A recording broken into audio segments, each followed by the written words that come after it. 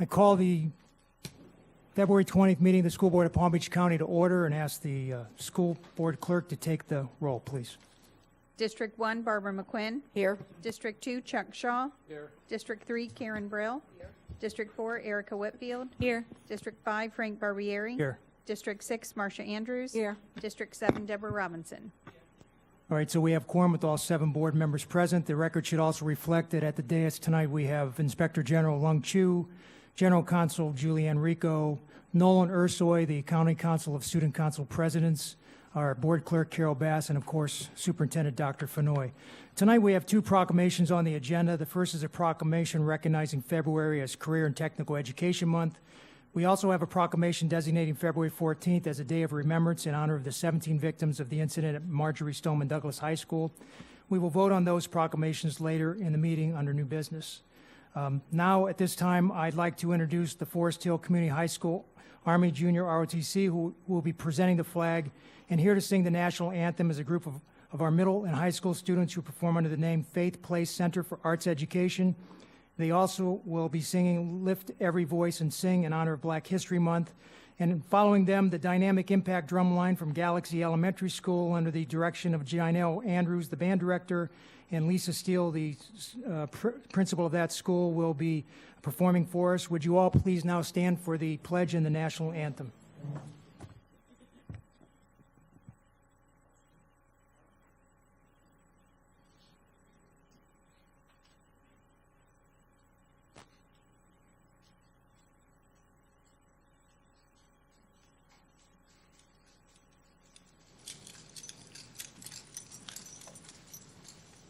March. Colors. Halt. Left. Face. Raise. Left. Arms. I pledge allegiance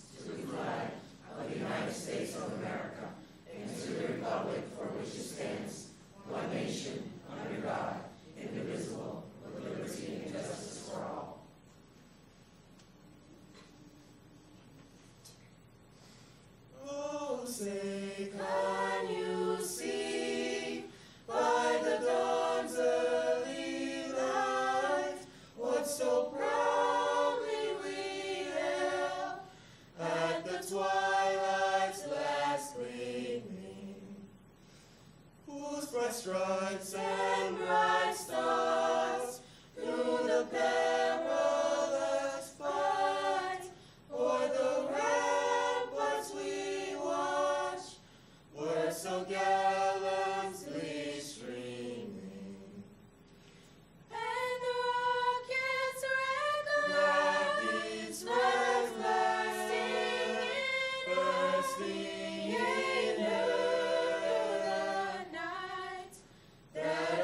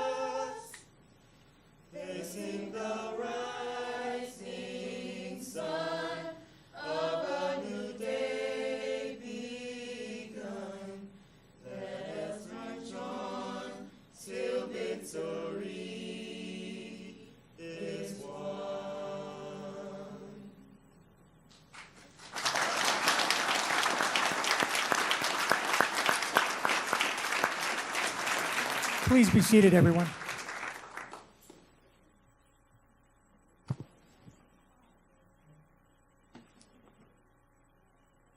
There's our band.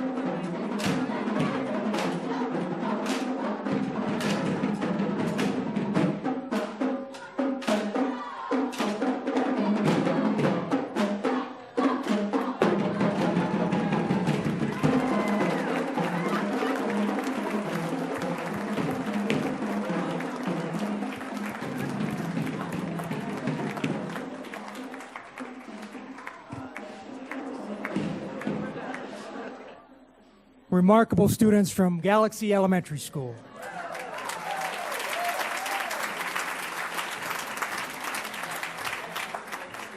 That's right. Get some blood flowing here. We'd like to also acknowledge the principal of Forest Hill Community High School, Dr. Mary Stratus, whose students also performed here this evening. Thank you all for a job great. Well done. By the way, when we were singing Lift Our Voices and sing, the superintendent was singing next to me, and on the 11 years I've been on the board, I've never heard a superintendent sing, so I think you should probably sing the national anthem at the next board meeting. How's that? We'll take us back to the agenda and get back to business here. We have 15 sets of minutes on the agenda for tonight for approval. Unless any of you want to pull any of those off, we'll take a motion to approve all 15. Motion made by Dr. Robinson, seconded by Mrs. Brill. All in favor? All opposed? Motion carries 7-0. Mr. Superintendent, we have 3 items added for good cause, LAC 1, P2, and P3. Are there any others?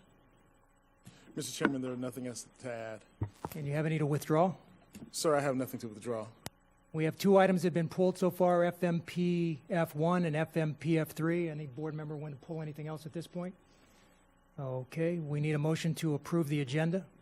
Motion by Mrs. Andrews, second by Dr. Robinson. All in favor? All opposed? Motion carries 7-0. Take us to disclosures and abstentions. Any disclosures or abstentions from anyone? So I have an abstention. I will be abstaining from the vote on item FMPF3. As an attorney, I provided legal services in the past to Mrs. Solnit, as well as Mrs. Solnit worked on my re-election campaign 3 years ago, for which she was compensated for her services. I am not sure that either of these present a conflict, but in an abundance of caution, I will abstain, and I have filed Form 8B as required with the school board clerk. Superintendent, do you have any comments? Yes, so first of all, I'd like to celebrate the birthdays of 2 of my team members who sit at the dais with us. Ms. Karen Brill is celebrated her birthday on February the 9th. And our chairman celebrated his birthday on March the 3rd. So let's give them a round of applause for their birthday. I also wanted to begin tonight's comments by thanking the departments in the school district who helped our students and families affected by last month's government shutdown. School food service processed applications for more than 1,100 students who qualified for free and reduced lunch due to the shutdown. Our after-school programs, with the approval of the board, delayed payment and due dates for impacted families until the shutdown ended and their paychecks could be processed.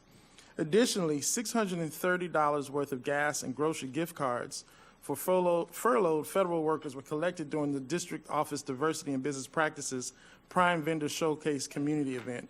My hat goes off to Ms. Dickie Sykes and her entire team for putting on amazing work in the Office of Diversity and Business Practices. I also want to personally congratulate Mr. Larry Clausen, who has been appointed as the Director of Construction Principal Liaison for the school district. I know it is bittersweet for Mr. Clausen to leave Palm Beach Gardens High School, where he has served as principal for many years, but I am very pleased, very pleased that he has accepted this position to work with our operations teams on the many, and I do mean many, school-based projects in the pipeline. I saw Mr. Clausen working today. Yes, I'm glad he's here. Mr. Clausen's replacement at Palm Beach Gardens High School comes before the board today for consideration. His name is Dr. Donald Hoffman, who will be leaving H.O. Watkins Middle School. And the new principal for H.O. Watkins, who will be also on the agenda for recommendation this evening, is Mrs. Awilda Tomas, who is currently the principal at Hope Centennial Elementary School. I also want to thank Pamela Arnett, who was a former principal with the district, for her willingness to return to the principal's office to take over as the interim principal of Green Acres Elementary while the Nichols family welcomes a new baby. Tegan Rose Nichols was born this morning at 10:06 a.m. Yay. Mom and baby girl are doing great, so congratulations to Scott and Deborah. Congratulations to all of you who are here for new appointments.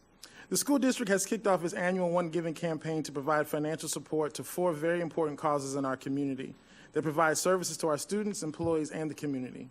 Through March 15th, district employees can elect to make a one-time donation or payroll deduction to support the Education Foundation of Palm Beach County, the United Way of Palm Beach County, Florida Future Educators of America, or the United Negro College Fund. Last year, our employees contributed over $200,000 to these causes, and I challenge our employees to match or increase last year's donations. And finally, last month, the district hosted its annual HBCU HSI College Fair, where more than 1,200 high school students visited the representatives from 23 historically black colleges and universities and Hispanic serving institutions.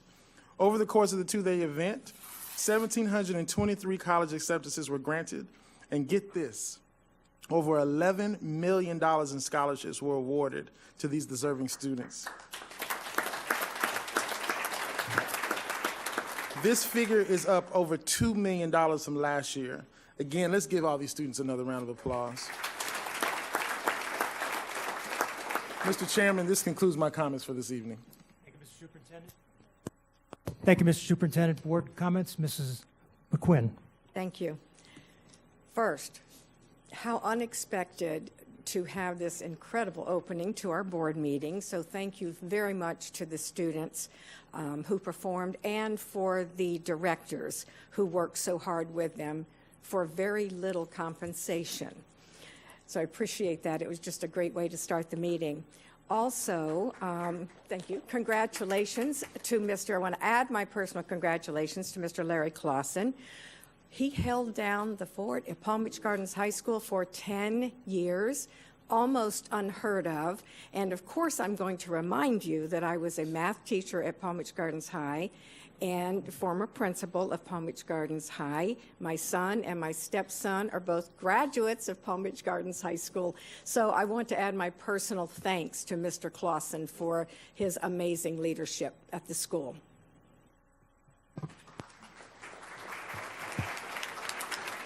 Mrs. Whitfield. Thank you. I just want to be very brief. One of the pleasures of being on the board for me is that I get the opportunity to go and help judge many of the competitions that we have here. And I wanted to share with you two of my most recent experiences because I feel like one of the things that has happened, just like these students you see today, is that I have so much hope for the future and I'm so proud of our students. The first one I had the opportunity to attend was the Ethics Bowl, and what was amazing about that was that the students really have to come up with a debate and answers to each other, and they have to be able to back that up. And I have to tell you, it was such a challenge for me to be able to come up with questions that were as good enough to be able to actually challenge them. It was so much fun for me, and one of my schools ended up being the local winner for that, Atlantic High School. So I want to give a huge congratulations to them. Hey, we have Atlantic people in the back. Secondly, this past week I was able to go to the Academic Challenge, which is moderated or organized by Miss Diana Schneider, who makes my life very, very difficult because you can't pronounce anything wrong, and she makes you go over all of the questions ahead of time, and sometimes that can be a challenge. I think I did a pretty good job. Hopefully I'll be asked back again. This is my second year going. It was so much fun though, but the thing that is so amazing is that being not really an auditory learner myself, you have to ask all these questions to them, and the students have to hear math questions, very difficult ones, and then come up with the answer on the spot. And what's amazing is that they are actually able to do it. So for hours, I was there for 4 hours on a Monday. I stood there and we went over this, and the kids never wavered, and they continued to go. And I just have to tell you, the talent we had was so amazing. So my understanding is that the winner of today's competition was a secret, but I'll at least tell you who got into the finals, because that much I know that going into today's competition that I was not a part of. So Atlantic High School, Boca High School, Jupiter High School, Palm Beach Central, Santa Lucia, Spanish River, Suncoast, and W.T. Dwyer were all in the finals, and a lot of those students I got to see and experience how amazing they were. So I just want to tell everyone in the audience today, your students are amazing. Your schools are doing an excellent job, and I just feel so much hope for our future. Thank you. Mrs. Brill. Thank you. So am I the only one here that took notice that those adorable students from Galaxy Elementary School combined music and PE all in one? I just couldn't get that out of my mind. Anyway, you often hear us say that it takes a village working together to educate and support our students. Tonight, I want to highlight one effort that epitomizes that philosophy. On January 31st, the 15th Kids Community Closet was dedicated at Heritage Elementary School. The Kids Community Closet is a community service project of the Palm Beach section of the National Council for Jewish Women, a group which I am proud to be a member of. The volunteer nonprofit organization selects schools for a closet based on the high number of attending children that qualify for free and reduced lunch. Closets are stocked with pants, shorts, shirts, collared jerseys, underwear, socks, school supplies, and personal care items that are distributed by school staff on an emergency basis. I want to personally thank the volunteers involved in this project. Hopefully, we can recognize them more formally at a future board meeting. Next, I want to share with you that at today's COBRA delegate meeting, that's the Coalition of Boynton West Residential Associations, the membership voted to adopt its legislative platform, which included, and I'm paraphrasing, more funding for our schools' mental health efforts, and only allowing licensed law enforcement to carry guns on our campuses. So thank you, COBRA. Next, Green Cay Wetlands is a nature preserve located in District 3. The Friends of Green Cay Nature Center have asked me to announce a one-time only $4,000 scholarship opportunity for high school students who will be majoring in environmental sciences. The information will be posted to our website under scholarship opportunities, so please spread the word. Time is of the essence. No applications will be accepted after April 26th.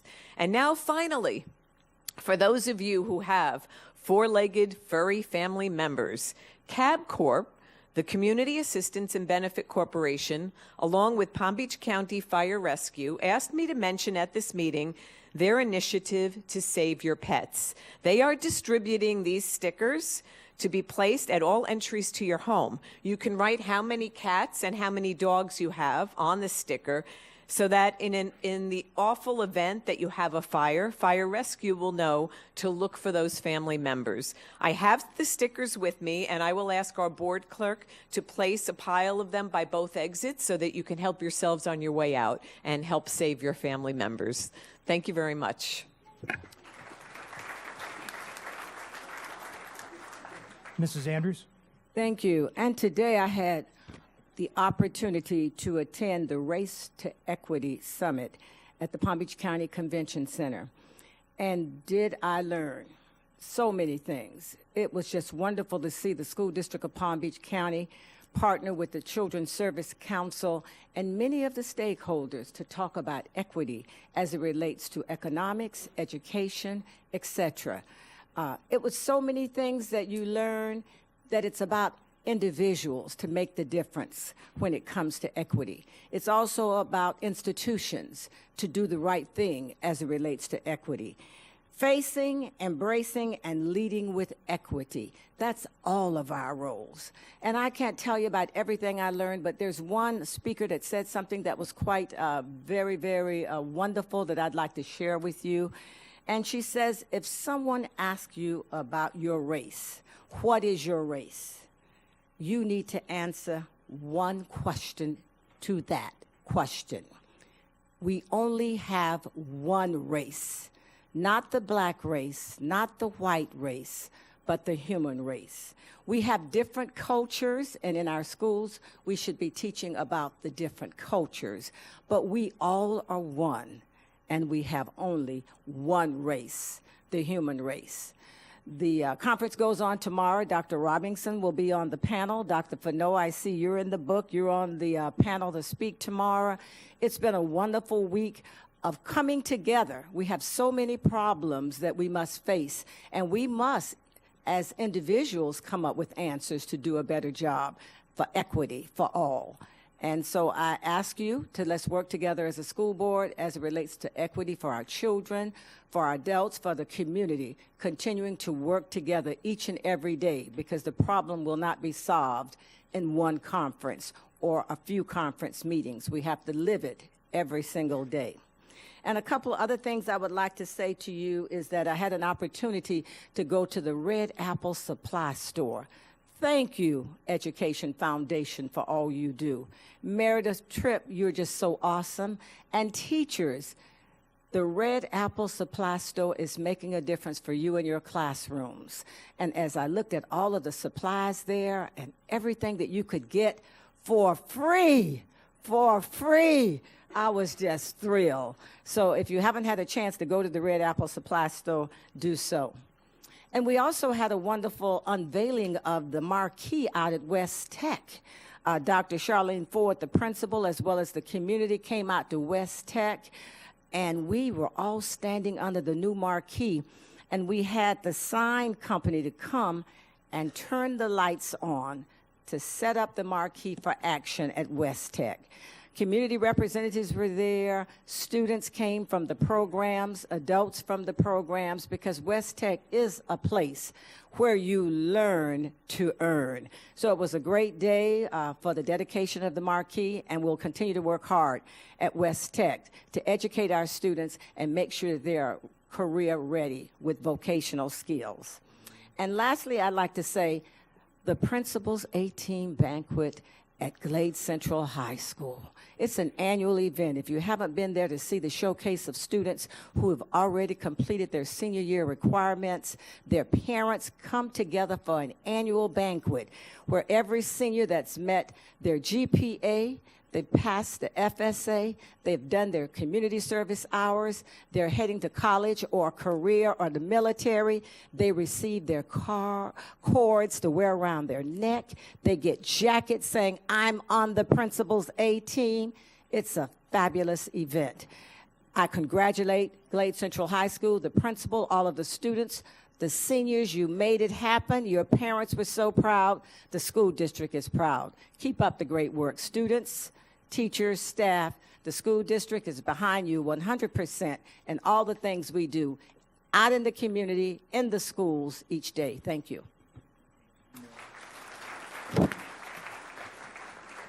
Dr. Robinson? Thank you. Marcia, take one, pass it on, please. So this is February. So this is the 1 month that I don't give a Black History fact, because this is the month that we just get inundated with Martin Luther King and Rosa Parks, right? So I want to make sure that you're aware that on March 30th, there'll be a town hall meeting to share with the community the status of infusion of African and African American studies in Palm Beach County Public Schools. Secondly, I want to say that I don't know offhand who the principal supervisor is for Galaxy, but whoever that is, like, we need to start a fund and raise money, because we need to take those children to the Classic. And if you have not been to the Classic, you need to go to the Classic, okay? So I'm just, okay. So Howard's Homecoming and the Classic. I have to go every year, okay. So I also want to share to follow up on some of the comments Mrs. Andrews made. So yesterday was a pre-summit meeting of the Government Alliance for Racial Equity.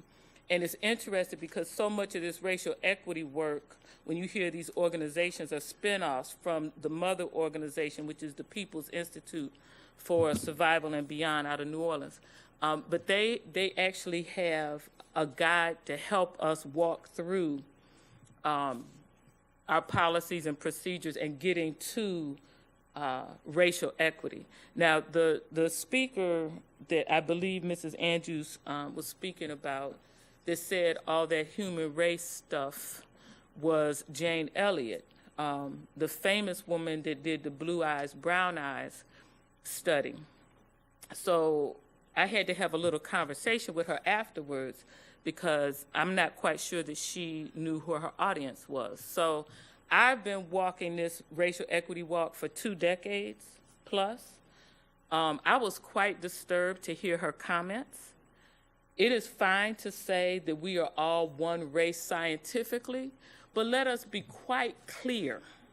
There is a social construct that identifies race, and people have different life experiences based upon how they fit in that social construct. And so all the happy talk with the human race, that was all fine, but the people who've been fighting for racial equity for a long time all stood outside and waited for her to have a little conversation with her. So I'm not trying to, throw water on the parade or whatever the saying is. But I just can't tolerate this because this is what I've been fighting for. And I am so proud that this school district now can say race and can talk about race and could talk about equity. And as I said before, I'm waiting for us to actually take some real significant action towards equity, right? So, I mean, they had me on the closing plenary tomorrow. Wait, and guess what my topic is? Disruptive leadership. So, like, I'm like, okay. So I know that's like, I look at myself like that when I was like, they want me to talk about disruptive leadership, really? Like, I don't know what level I'm gonna be on, but I invite all of you to come and tell me where I went wrong in case I say something crazy like the human race. But anyway, thank you for listening. Vice Chairman, Mr. Shaw. On a regular basis, we have employees in this district that retire, and it happens almost every day of the week. And on, I believe, March 1st or March 2nd, we have an individual that will be retiring from Palm Beach County who has served as a custodian in the district at Belglade Elementary for well over 30 years in that community, a gentleman by the name of Mr. Sam King.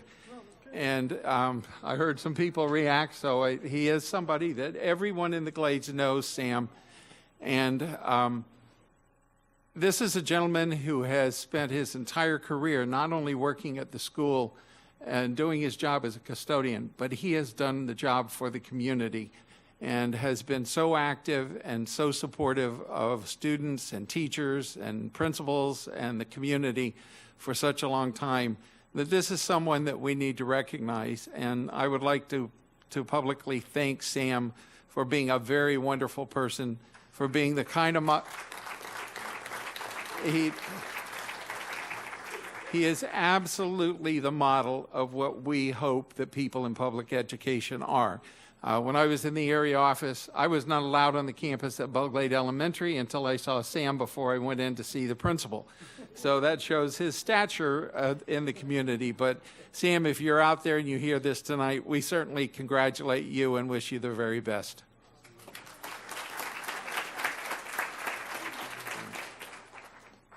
To follow Mr. Shaw, today there was a party for one of our departing secretaries, Claudia Robbins, who works for the Inspector General. She's finishing her career with us.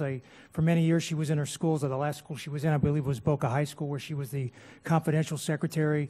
And we also found out that the IG, Inspector General, has confiscated one of our board secretaries, and he's taking Joyce Edison away from us.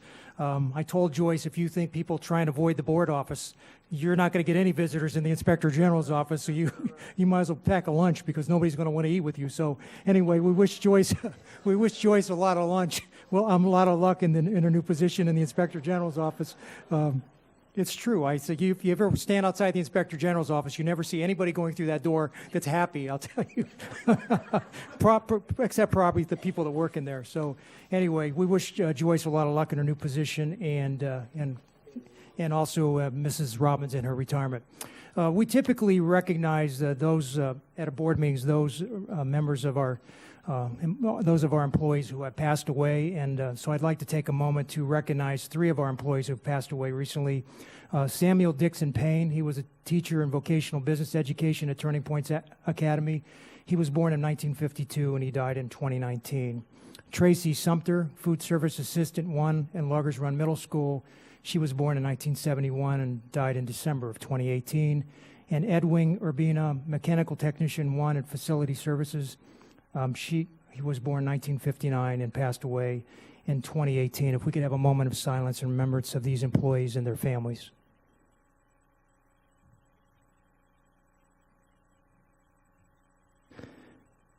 Thank you.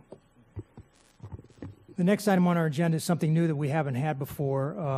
there's a chairman's report there, and I've passed out the report to all the board members, and I've asked the clerk to make it part of the record tonight, so it'll be attached. I know each of you attend meetings and other events in your own districts, but I thought that I should probably make you aware of the different meetings and events that I attend where I'm recognized as the board chair, so there's some perception that I'm representing all of you at those meetings. So there's a detailed 3-page, which Mrs. Schuyler said was kind of, I don't know the exact word you used. What? Exhausting to read, but anyway, it's attached for you. I've given you all a copy of it. I just want to briefly summarize. Over the last 2 months, I've met individually with 7 members of the legislative delegation to discuss not only the legislative priorities that we discussed at the joint legislative meeting, but also those other priorities that we weren't able to talk about at that meeting because there were not enough time, as well as I covered with some of them some of the other issues that some of you have raised with respect to issues in your own districts.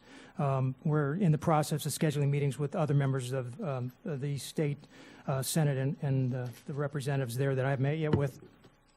I also meet regularly with the mayor of the city of Boca Raton and the city council members, and I know Marcia Andrews does the same thing with respect to the Wellington, and I think that the open lines of communication that we keep with the state reps and also the cities is extremely important, as evidenced by the fact that Wellington, I believe this year, gave over $300,000 for benefiting the schools, the public schools in the city of Wellington, and the city council in Boca Raton gave us a donation of millions of dollars worth of land for the siting of a brand new elementary school. So the communication that we have in forming the partnerships with our other elected officials in the other government entities certainly pays off, and I know that a lot of you already do that, but if you have the opportunity to strengthen your ties with other elected officials, I suggest you do that as often as you can.